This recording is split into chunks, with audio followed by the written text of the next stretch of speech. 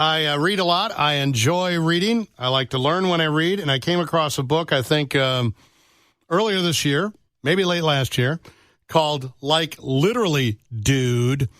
I think the subtitle is called The Good and Bad English. And since then, we've talked to our next guest a number of times, and we kind of consider her, the good professor, to be our show linguist, or Professor Linguistics of the John Howell Show. How about that? Valerie Fridland is here, author of Like Literally Dude. Welcome back to the program, Professor. How are you? I'm good. How are you doing? I'm doing very well. This caught my eye, and we bandied it about here. You wrote this at psychologytoday.com. Why do we think women talk too much? First, really, let's be honest. The real title of this is Why Do Men Think Women Talk Too Much, correct?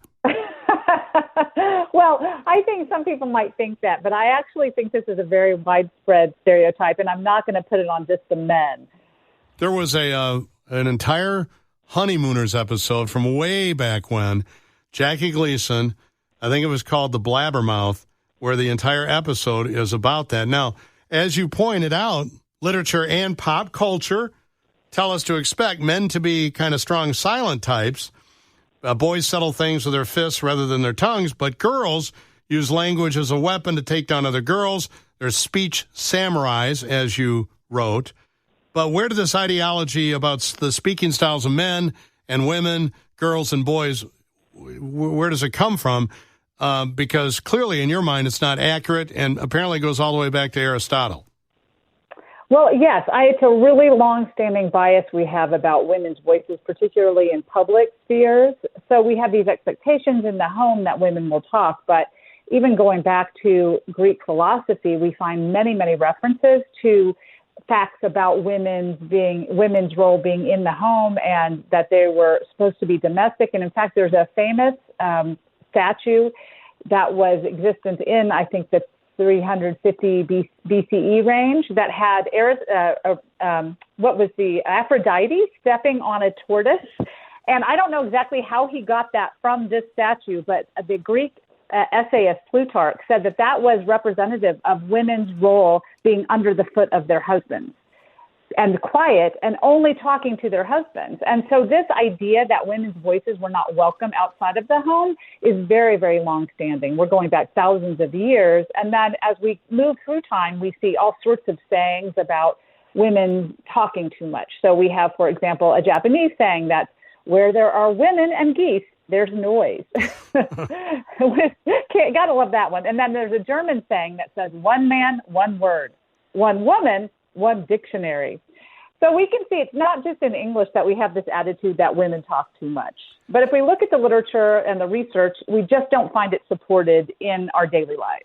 So in other words, it's as far as it's baked into the gender bias cake from way back.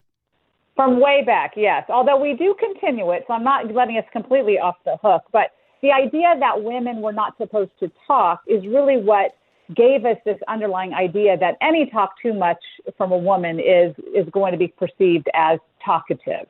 And to this day, I was looking at some congressional hearings today where the man is considered to be bold and assertive, and the woman is, pardon my French, kind of accused of being a bitch.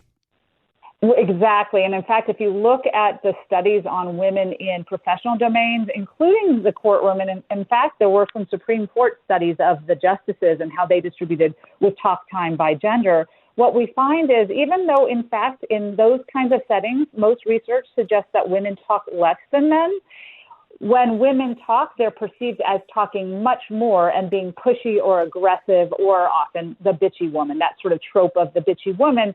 Generally, if you actually measure the talk time of women in those contexts, it's still less than the talk time of men. But because we're primed to hear what they say as too much anyway, it seems like they talk excessively, even though, in fact, when you look at the research, especially in professional domains, women always talk less than men in those contexts, or for the majority of time. Probably because they're overcompensating for the historical inaccuracies by essentially talking less now. Absolutely. There's something called stereotype threat. I don't know if you've heard that expression before, but it's a psychological situation where if you're reminded of a stereotype about yourself, you perform to that stereotype.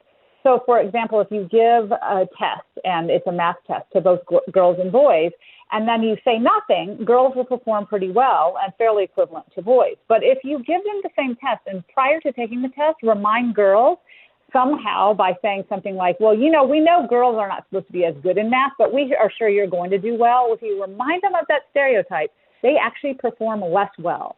And we find the same thing happening with talk. If you remind women of that talkative woman trope, they actually tend to be quiet because they don't want to personify that stereotype. It's very unconscious, but it does seem to have an effect on how much they talk.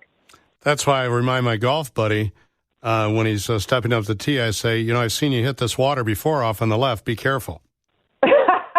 That's exactly the strategy you should use. I love it.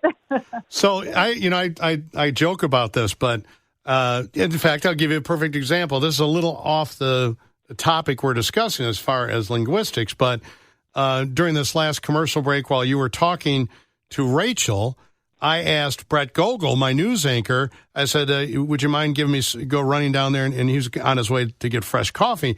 And I said, how about taking my cup down there and give me some fresh coffee?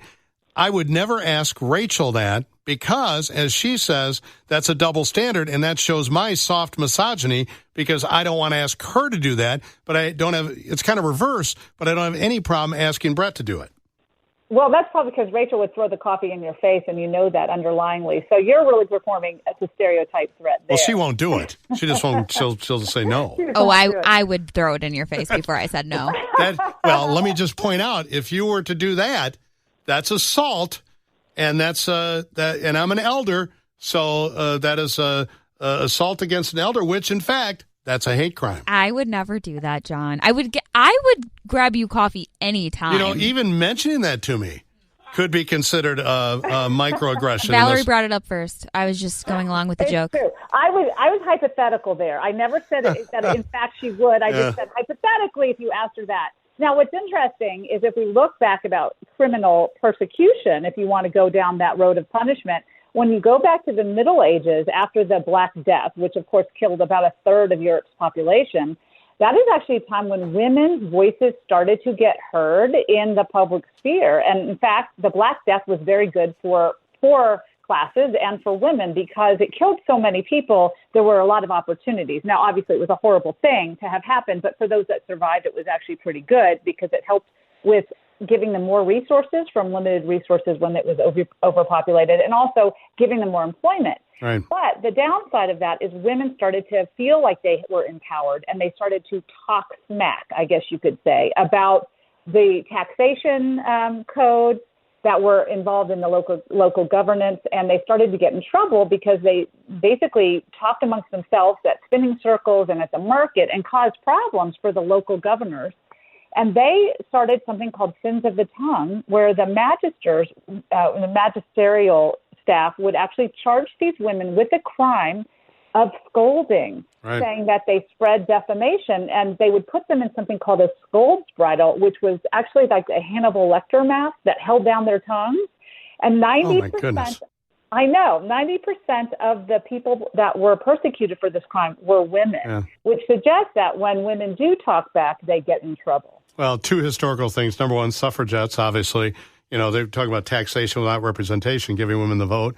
And then Rosie the Riveter. We were talking a bit about World War II with this Oppenheimer movie, and the great migration of women into the workforce. You're talking about labor. The labor was needed. Women moving in, Rosie the Riveter moving into the workforce during World War II, and the great African-American migration north when the jobs were available during and especially after the war.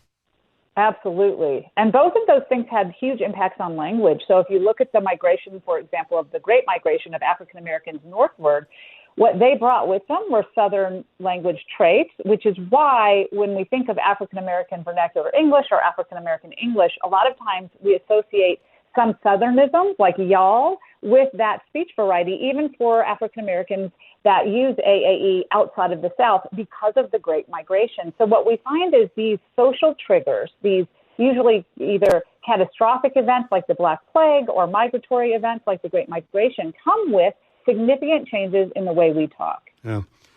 Well, I just gave Rachel your book, which I read like literally, dude. I'm about halfway through my book, which will be displayed next to yours at bookstores everywhere. My book is Please, No Mans, No Dudes, No Ahs, No Likes. And no literally. She forgot the literally. And no literallys. Yeah, exactly. Well, thank you, Professor. Always great talking to you. We'll check in next month, I'm sure, and discuss history and linguistics with you once again. That sounds great. Thanks for having me.